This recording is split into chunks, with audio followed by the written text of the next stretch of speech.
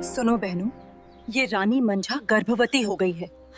हमें इसे महल से बाहर निकलवाना होगा। हे बहन शेरनी, मेरे स्तनों में दूध नहीं है, तुम मेरे बच्चे को अपना दूध पिला दो। हे राजा नल, आगे एक बहुत बड़ा महल है जहाँ पर घुमासुर दानव रहता है। हे राजा, तुम्हें सावधान रहना होगा।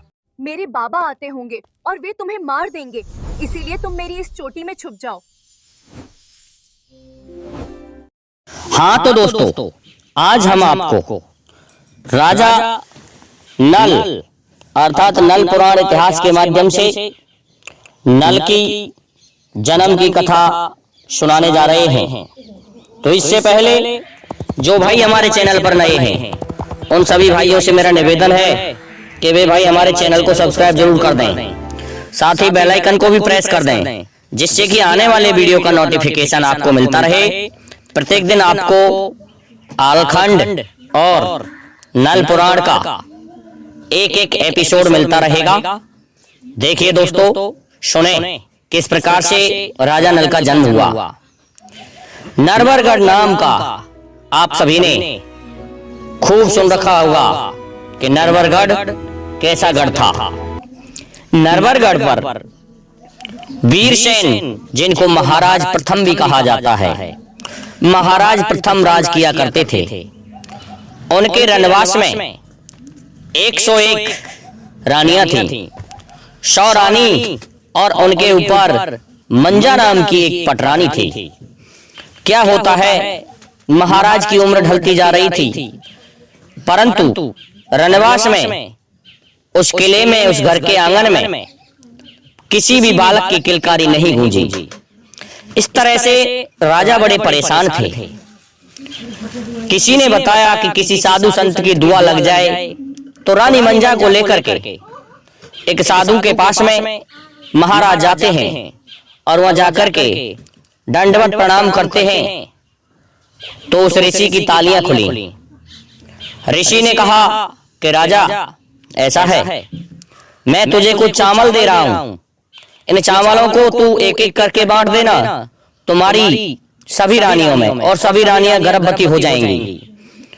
दोस्तों, रानी मंजा उन चावलों को ले आई और सभी के लिए वितरण कर दिया गया। सभी बोली कि मंत्र बोल करके इनको खा जाओ। अन्य रानियां कहने लगी, ये मंजा कहीं कोई टोना टोटका तो नहीं कर रही है, कहीं हम रह जाएं और ये गर्भवती हो जाए, इन चावलों को फेंक दो। दोस्तों, उन चावलों को फेंकवा दिया गया, लेकिन मंजा उस चावल को गटक गई। मंजा के चावल खाते ही गर्भ ठहर गया। अब तो दोस्तों, मंजा रानी के वो गर्भ दिन दूना रात सोगना बढ़ता जा रहा था। जब रनवास में ये पता चला कि मंजा रानी गर्भ से है, तो सभी रानियों को जलन होने लगी।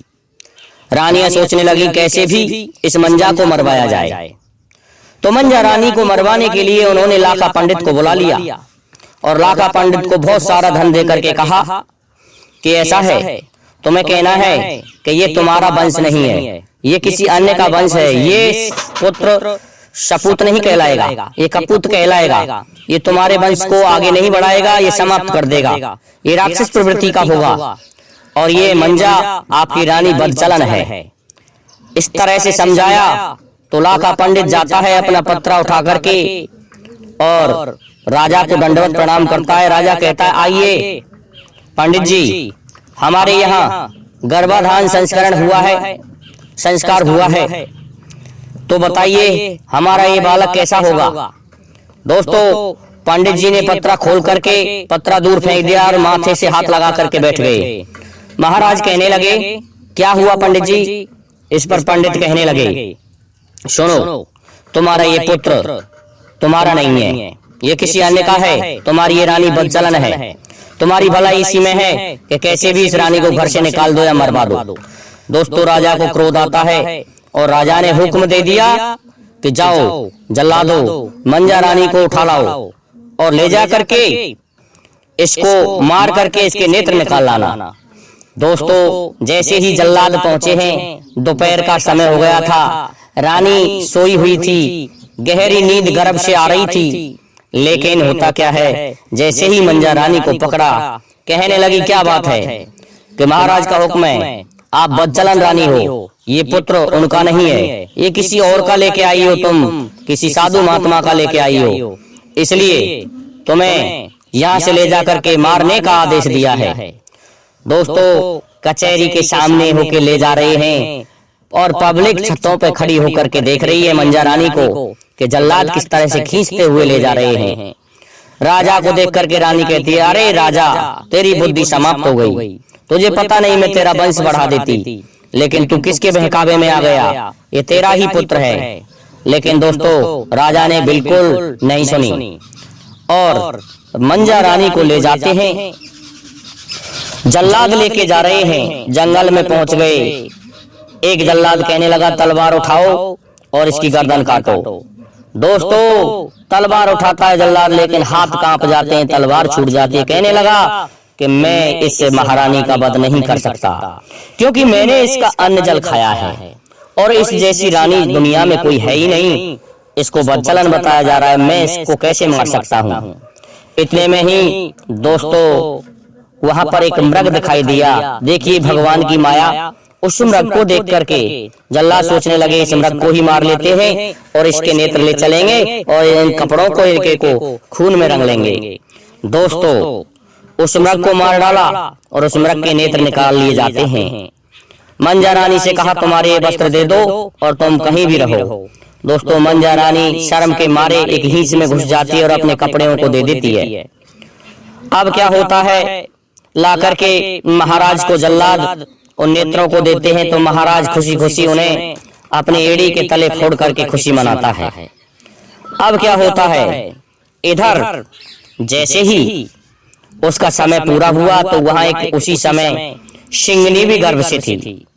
शिंगनी के सिंग पैदा हो गया तो दूध कहां से पिए।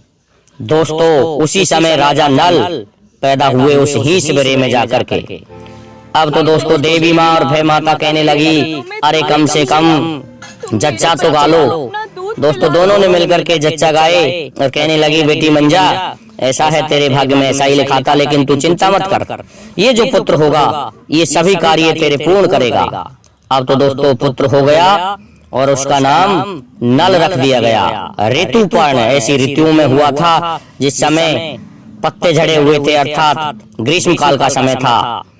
अब उसमें मंजा रानी बैठी हुई है हिस बरे में, बच्चा रो रहा है। शिंगनी आती है दौड़ी दौड़ी और कहती है, बहन मंजा आपने पुत्र को जन्म दिया है, मैंने सिंह को जन्म दिया है, दोनों भाई मिलकर के मेरा दूध पिएंगे और तुम भी पियो। मैं 18 लीटर दूध देती हूँ एक दिन में। दोस्तों इस प्रकार से वह दूध पी करके राजा नल रहता है और रानी रहने लगती है। दोनों दूध पीते हैं सिंगनी का तीनों, और उस सिंह से बड़ी अच्छी मित्रता हो जाती है राजा नल की। अब क्या होता है, उसी स्थान से शांतिपुर का लच्छी सेठ निकल रहा था। अब लच्छी सेठ जब वहां होके निकल रहा था तो बच्चे के रोने की आवाज थी। बनिया दोस्तों दोपहरी में निकल रहा था, घबरा जाता है, कोई भूत तो नहीं है। दोस्तों पुराने समय में जंगलों में डर लगा करता था, इस कारण से बनिया कहने लगा, भाई तुम कौन हो, कि ये तो किसी औरत की आवाज है, किसी बच्चे की आवाज है, कौन है भाई यहाँ, ऐसा सेठ ने पुकारा। तो कहने लगी सिंगनी, ऐसा है मंजा, यदि मैं दिखाई दे गई तो तेरा ये जो भाई बन के आ रहा है ना ये डर जाएगा, इसलिए तू ही इससे कहे। कहने लगी, हे मुसाफिर तुम मेरे भाई हो, जो भी तुम जा रहे हो, ऐसा है मैं निर्वस्त्र और एक अभागिन स्त्री हूँ, आसमान से गिरी गई हूँ और धरती ने झेली हुई हूँ, मेरा कोई नहीं है, मैं और मेरा पुत्र यहाँ पर हैं। दोस्तों कहने लगा, निर्वस्त्र हो तो लो, मैं तुम्हें मेरी ये लुंगी अलमाइन शॉल देता हूँ। दोस्तों अपने कामर को उतार करके कम्बल को फेंक देता है लच्छी सेठ उस हिंस में, और जिसे पहन करके ओढ़ करके बाहर आ जाती है रानी मंजा। उन्हें बैठा लिया जाता है बैलगाड़ी में, जो कि व्यापार करके निकला था, और घर को ले जाता है। अब जब घर को ले गया तो वहां सेठानी ने देखा तो मंजा की सूरत बहुत ही सुंदर थी। उसकी सूरत को देख के सेठानी अट्टा से चढ़ के देख रही है और ईंट हाथ में उठा लेती है, कहती है, निपूते मैं तुझे छोड़ूंगी नहीं, तू बयेर लेके आया है, अपने लिए दूसरी पत्नी लेके आया है। सेठ कहने लगा नहीं नहीं सेठानी, अरे मुझे क्षमा करो, मैं कुछ भी नहीं लेके आया, ये मेरी बहन है। कि ये कैसी बहन है तेरी, और देख लो इसके एक लल्ला हुआ है कि हमने तो आपकी बहन का नाम कभी सुना ही नहीं था। कि नहीं, ये आसमान की गेरी और धरती की झीली है, मेरी धर्म की बहन है। दोस्तों सेठानी चुप हो जाती है और मंजा और राजा नल अब सेठ के घर में रहने लगते हैं। इसी प्रकार से जैसे ही नल ने और रानी मंजा ने उस घर में प्रवेश किया तो सेठों का व्यापार दुगना चलने लगा। इससे सेठ खुशी हुए और कहने लगे हम तो हमारे इस नमासे का कैसे भी जसूटन करेंगे। तो दोस्तों डस्टोन करने के लिए निमंत्रण भिजवा दिया जाता है, महाराज प्रथम को भी भिजवा दिया जाता है। सेठों ने बहुत अच्छा डस्टोन किया, कहने लगा हमारा एक नमासा है, हम उसका डस्टोन कर रहे हैं, हमारी धर्म की बहन का है। दोस्तों राजा ने सोचा ये सेठ बड़ा अच्छा है, इसके नमासे को देख के आता हूँ। अब तो दोस्तों डस्टोन हो रहा है, बड़े धूमधाम से भात पच पहराए जा रहे हैं और वहाँ पर राजा आ जाता है। राजा को एक ऊंचे से सिंहासन पर बैठा दिया जाता है। रानी मंजा छत से देख रही है कि ये तो राजा प्रथम आया हुआ है। अब क्या होता है दोस्तों, राजा प्रथम को आया हुआ देख करके रानी मंजा गाने में गाती क्या है कि देखिए, अरे राजा तू बड़ा निकम्मा निकला, तूने अपनी रानी को बाहर भिजवा दिया, तुझे भी एक पुत्र होता। ये बात सुनकर के राजा प्रथम कहता है भाई मुझसे बहुत बड़ी गलती हुई, पुत्र तो मुझे भी होता, लेकिन मेरी रानी बदचलन निकली। अरे तुम्हारे उस नमासे भांजे को मुझे दिखा तो दो। दोस्तों रानी मंजा से बढ़िया ले जाते हैं उस लड़के को और ले जाकर के महाराज प्रथम को देते हैं। तो महाराज प्रथम देख रहे हैं और क्या सोच रहे हैं कि इसकी हुरक तो मेरी रानी पटनानी मंजा से मिल रही है, पर क्या करूं, वो बदचलन निकली, मैंने तो उसे मरवा दिया। राजा पछता रहा है, इधर रानी मंजा गा रही है अरे कैसो खिलावे तू लाल ई बाबा जी को जायो। इस तरह से गा रही है कि ये तो बैरागी को जायो, बाबा जी को जायो, इस तरह से कह रही है रानी मंजा। अब तो दोस्तों सुन नहीं पाया राजा और फिर मन में सोचता है कि मैंने बहुत गलत किया, रानी मंजा से पुत्र होता तो बहुत अच्छा होता, इसकी हुरक तो मेरी रानी से मिलती है। अब तो दोस्तों राजा चला जाता है और आकर के सभी रानियों को बताता है कि बहुत अच्छा जसूटन हुआ, हमारे यहाँ एक भी पुत्र नहीं हुआ है, होता तो पता नहीं वो रानी बदचलन निकली कि जाने ठीक थी या सही थी, लाखा पंडित ने क्या कहा है मेरी समझ में नहीं आया, मैंने गलत किया है। दोस्तों इस प्रकार से राजा नल आंगन में खेलता और सभी को रिझाता। लेकिन कहते हैं जब बनियाओं के पुत्र भी थे उनके साथ में राजा नल खेलता तो बनिया पुत्र तो काखरी और बांट बनाया करते थे, लेकिन राजा नल धनुष बाण बना करके खेलता था। एक दिन जब वो काफी बड़ा हो गया तो राजा नल ने उत्पात उठाना शुरू किया। राजा नल ने कुएं पर बैठ गया और जैसे भी जो भी कोई पनिहारी आती पानी भर के जाने लगती तो बाण मार करके छेद कर देता उसकी मटकी में। जाकर के शिकायत की कि सेठ जी आपका भांजा बड़ा उत्पाती है, आपका नवासा बड़ा उत्पाती है, हमारी जेगरों में छेद कर देता है। कहने लगा कि तुम कल से पीतल की जेर ले जाओ, लेकिन उससे कुछ भी मत कहना। देखिए दोस्तों इस प्रकार से दिन ढलते गए, पीतल की जेर लेकर के अब पनिहारियां जाने लगी। तो राजा नल जाता है लोहार के पास में और कहता है कि ऐसा तीर बना दो कि जो एक ही बार में एक तमेड़ी में 2 छेद हो जाएं। दोस्तों ऐसा ही तीर बना करके दे दिया लोहार ने और जैसे ही पनिहारी चलती तो एक तीर मारता 2 छेद हो जाते, पार निकल जाता तीर और पानी चुचाता हुआ जाता और पहुंच जाता। जैसे ही देखते कि ये ऐसा कर रहा है आपका कुंवर, देख लीजिए समझा लो उसको। दोस्तों शाम के समय रानी मंजा से कहा गया कि ऐसा है, हमने पीतल की जेर जो दे दी है फिर भी 2 छेद कर देता है आपका पुत्र, तीर मार करके बाण मारता है, परेशान कर रहा है, उसे समझाओ। रानी मंजा ने कहा, पुत्र तुम ऐसा मत करो, तुम्हारे मामा परेशान हो जाएंगे। दोस्तों नल चुपचाप रहता है और बंद कर लेता है अपने उत्पातों को। अब तो दोस्तों राजा नल धीरे धीरे 11 वर्ष का हो गया। जब राजा नल 11 वर्ष का हो जाता है तो होता क्या है, एक दिन सेठ जहाज को लेकर के समुद्र में गए हुए थे और पहुंच जाते हैं घुमासुर दाने के जंगल वाले इलाके में, जहां पर एक दिन गजमोतनी सोच रही है कि मैं स्नान करके आऊं। तो स्नान करने गई हुई थी समुद्र में, और जैसे ही बनियाओं का जहाज दिखाई दिया, उस जहाज को देख करके भागी और अपने किले में पहुंच गई। भूल से अपनी एक मोचरी भी छोड़ गई। उस मोचरी को उठा लिया बनियाओं ने और सोचने लगे कि इसे तो हम इनाम लेंगे और राजा को देंगे, ये तो बहुत सुंदर मोचरी है।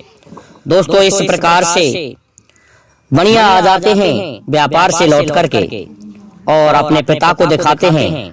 उसी समय दोनों पुत्र थे उसके और एक स्वयं लक्ष्मी सेठ था। सभी कहने लगे, ऐसा है हम चल रहे हैं और चल करके राजा के पास में इनाम लेंगे। तीनों बाप बेटा चले जाते हैं राजा प्रथम की कचहरी में और वह कहते हैं कि हे महाराज, हम आपको एक भेंट देने आए हैं, आप उसे स्वीकार करें और ये भेंट आपके लायक है। दोस्तों ले जाते हैं उस भेंट को राजा को देते हैं। तो राजा ने घुमा फिरा करके देखा कि ये तो किसी रानी की मोचरी है। राजा कहने लगा, अरे सेठो, तुम्हें इनाम दिया जाता है, तुम्हारी जेल की जाती है और तुम जब तक नहीं छोड़े जाएंगे जब तक या तो तुम इसकी दूसरी साथ की मोचरी लेकर के आओ या फिर इसको पहनने वाली लेकर के आओ। दोस्तों कड़ी शर्त से बनिया घबरा गए कि हमने ये क्या कर डाला। सूचना भिजवा दी जाती है संतीपुर में कि सभी सेठ बंद हैं। अब तो दोस्तों ये सूचना जैसे ही सेठानी के पास में पहुंचती है तो सेठानी रोने लगती है। राजा नल वहां कहीं से खेलता हुआ आता है, कहता है, क्या हुआ नानी माँ? नानी कहती है, पुत्र इस प्रकार से नरबड़गढ़ के राजा ने बंद कर लिया है आपके मामाओं को। दोस्तों राजा नल कहता है कि मैं कैसे करूं, मेरे पास घोड़ा भी नहीं है। नानी कहने लगी, कितने भी पैसे ले जाओ परंतु घोड़ा खरीदो और उस राजा के पास जाओ।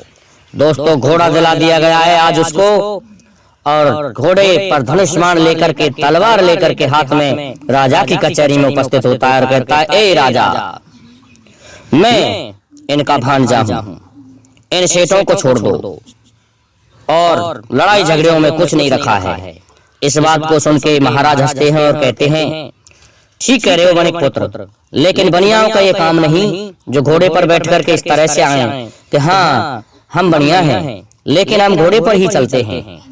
तो बताओ आप शर्त पूरी करोगे कि हाँ मैं आपकी सभी शर्तों को पूरा करूंगा, या तो मोचरी लाके दूंगा और मोचरी पहनने वाली भी लाके दूंगा, लेकिन मुझे 6 माह का समय दे दो और मेरे मामाओं की जेल छोड़ दो।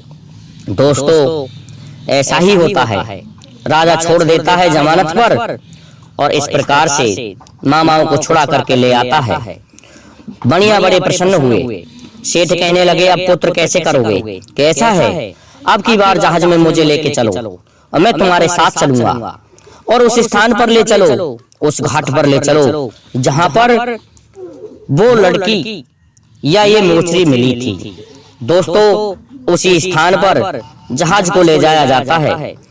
अब तो राजा नल कहने लगा, कैसा है, मैं आपसे 3 दिन में मिलूंगा, 3 दिन तक आप मेरी प्रतीक्षा करें। आगे बढ़ता है राजा नल। तो उसी समय दोस्तों एक 10-20 लाख पुरानी बुढ़िया तपस्या करने लग रही थी। दोस्तों उस समय उम्र इंसान की 10 लाख 20 लाख उम्र थी। उसे देख करके नल सोचता ये कौन है, डरने लगा तो कहने लगी, भय माता, ए पुत्र तू डरे मत, मैं भय माता हूँ। देख आज से 3 दिन बाद तेरा विवाह हो जाएगा, तीसरे दिन तेरा विवाह हो जाएगा, लिख ले। कहने लगा नल, ठीक है वो तो, और सुन मैंने तेरी 3 जोड़ियां मिलाई हैं। राजा नल कहने लगा, किस किस से? कि पहली तो मैंने गजमोतनी से मिलाई है और वह दूसरी कहने लगा मैंने नगमंती से मिलाई है। वो लड़की मिलेगी तो सही लेकिन तुम्हारा घर वासा नहीं होगा। और वही लड़की मर करके फिर दमयंती बनेगी। इस प्रकार से मैंने 3 जोड़ियां तेरी मिला दी हैं। अब तू जा, बड़े आराम से अपना विवाह करना। कहने लगा कैसे होगा कि देख ले, अपने आप हो जाएगा। आगे बढ़ता है राजा नल, तो उसे दोस्तों देवी माता मिलती है। देवी माँ को देख के भी नल डरता है। कहने लगी डरे मत पुत्र, तुझे पता नहीं मैं नरवरगढ़ की देवी हूँ। अरे तुझे पता नहीं, जब तेरी माँ का शीश काटा जा रहा था तो मृग बन करके मैंने मेरा शीश कटवाया था, और इस प्रकार से तुझे ही सवेरे में जन्म मिला था। मैंने लक्ष्मी सेठ को मैंने ही भेजा था। आज तू उनका भांजा बन के रह रहा है। इस प्रकार की बात को सुन के राजा नल प्रसन्न होता है। कहता है तो फिर अब आगे क्या करूँ माँ, कि तुझे मेरी जहाँ भी आवश्यकता हो मेरा सुमरन कर लेना, और तेरा विवाह होने वाला है, तेरे सभी कार्य पूर्ण होंगे। आगे बढ़ता है राजा नल, तो दोस्तों खूब चलने के पश्चात उसे एक किला दिखाई दिया। सुनसान जंगल में एक घर दिखाई दिया। अब तो दोस्तों वो जो घुमाक्सुर नाम का दाना था वह शिकार करने के लिए गया हुआ था। चारों तरफ घूम के आता है नल, लेकिन दरवाजा नहीं मिलता है। अब तो दोस्तों नरवरगढ़ की देवी को सुमर के कहता है कि हे माँ, विवाह तो तब होगा, ये दरवाजा तो मुझे मिल ही नहीं रहा है। देखिए दोस्तों, इधर जो रानी गजमोतनी थी वो प्रतीक्षा कर रही थी कि नल कब आएगा, और उसी समय देवी माँ प्रकट होती है और कहती है पुत्र, जो ये दराज दिख रही है इस शिला को इसी तरह से सटा देता है, इसको हटा दे। तो दोस्तों हटाने का प्रयास करता है और देवी माँ चली जाती है, लेकिन दरवाजे की पटिया नहीं हटती है। अब क्या होता है, जब दरवाजे की पटिया नहीं हटती है तो फिर से याद किया देवी माँ को। कहने लगा माँ, ये दरवाजे की पटिया तो हट नहीं रही है। कहने लगी देवी माँ, अरे तू दरवाजे की पटिया नहीं हटा पाया तो तेरा विवाह कैसे होगा? कि कुछ नहीं माँ, मेरी समझ में नहीं आता। तो लांगुरिया को भेज दिया।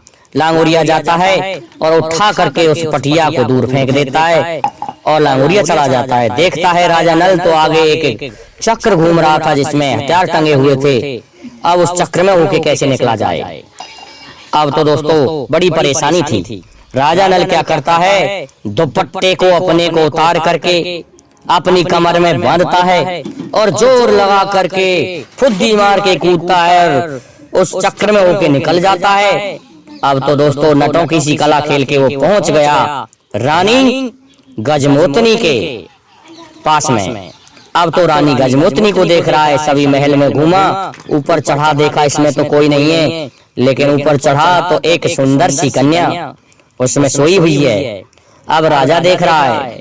अब क्या होता है, राजा सोच रहा है कि यही रानी गजमोतनी हो सकती है। उसने क्या किया, राजा नल ने देखा कि चेहरा बड़ा गजब का सुंदर है, लेकिन इसे जगाऊं तो जगाऊं कैसे?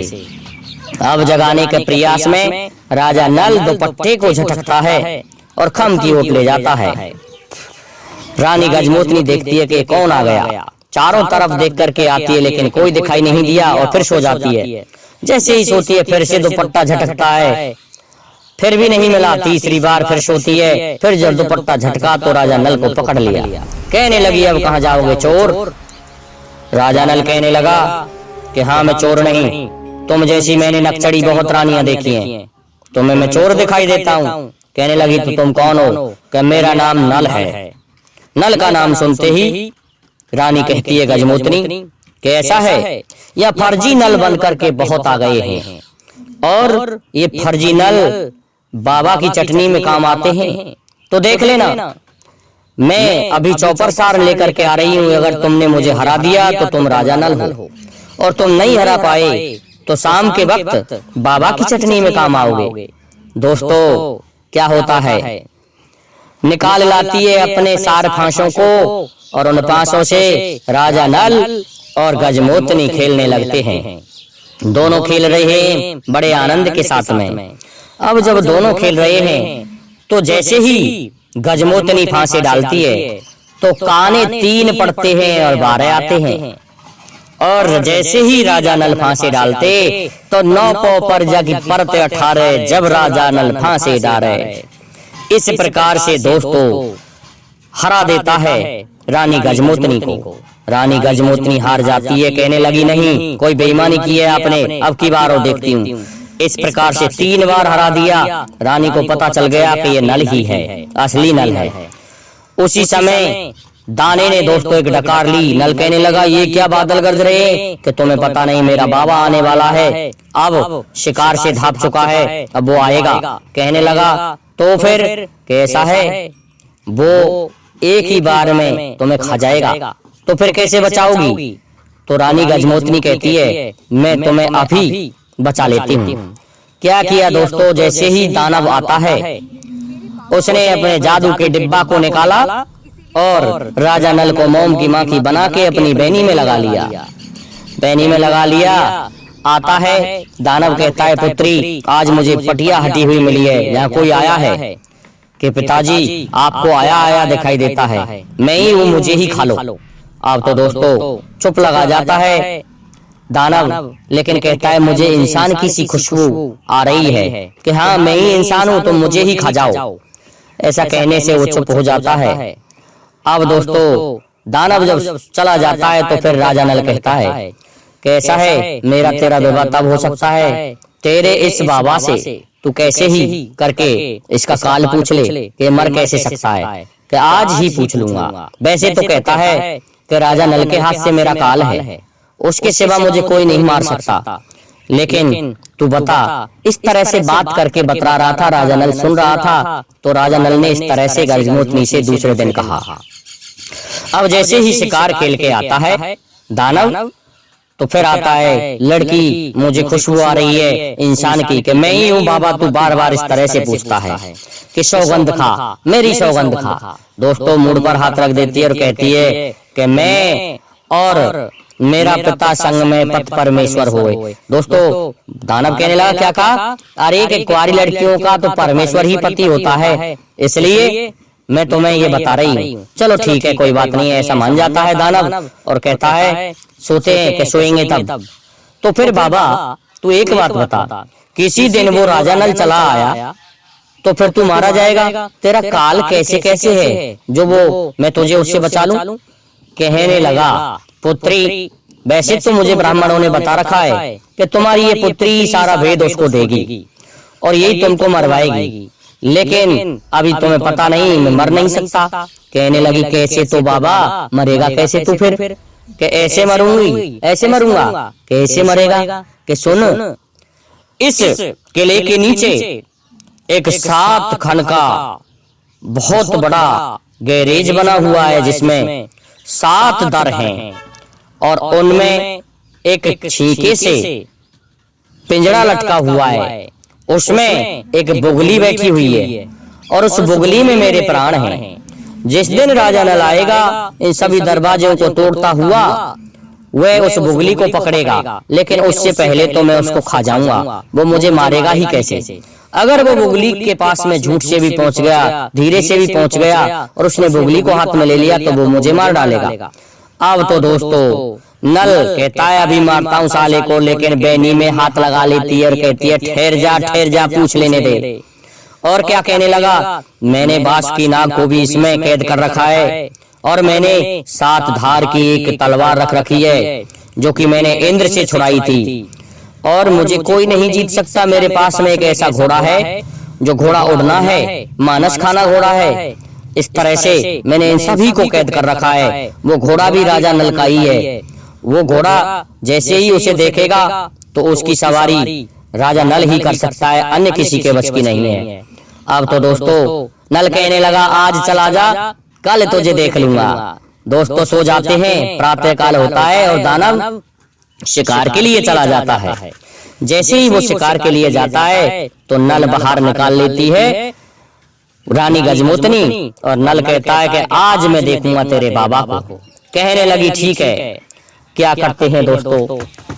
इस प्रकार से आगे का एपिसोड देखने के लिए अब आप अगले भाग में देखो।